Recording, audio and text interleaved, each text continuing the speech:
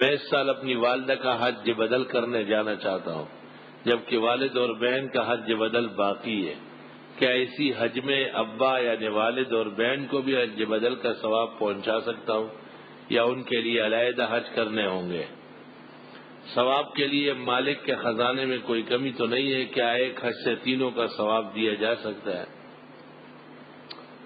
ہر شخص کا اپنا حج ہوگا، اور میں نہیں جانتا کہ آپ نے والدہ کی نیت تو کر رہے ہیں اور والد صاحب کو دھکیلتے چلے جا رہے ہیں۔ مجھے آپ کے ایمان اور نسب پر افسوس ہے۔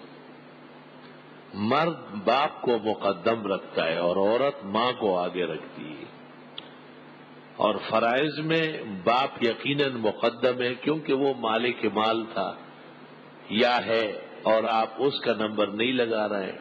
بہت تعجب ہے آپ کے اخلاق پر۔ عورتوں پر حج فرض ہوتا بھی ہے یا نہیں، یہ بھی مسئلہ ہے، کیونکہ اس کے لیے محرم کا ہونا ضروری ہے اور اس کے خرچے کا بھی اس کی طرف سے ہونا ضروری ہے۔ ہمارے استاد محترم مولانا لطف اللہ صاحب جب 71 میں حج پر تشریف لے گئے اور وہاں پریشانی یہ دیکھی تو اکثر فرماتے تھے کہ خواتین کا حج ساقط ہے، اکثر فرماتے تھے۔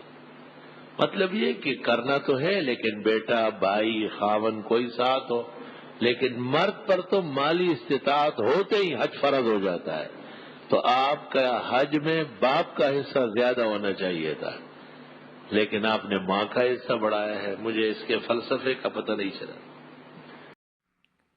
مفتی ظرف خان رحمۃ اللہ علیہ کے مزید قیمتی بیانات، علم حدیث اور تفسیر کی باتیں سننے کے لیے ابھی اس چینل کو سبسکرائب کریں، بیل آئیکن کو دبا دیں تاکہ ہر نیا بیان آپ تک فوراً پہنچ جائے۔ اللہ تعالی ہمیں ان باتوں پر عمل کرنے کی توفیق عطا فرمائے۔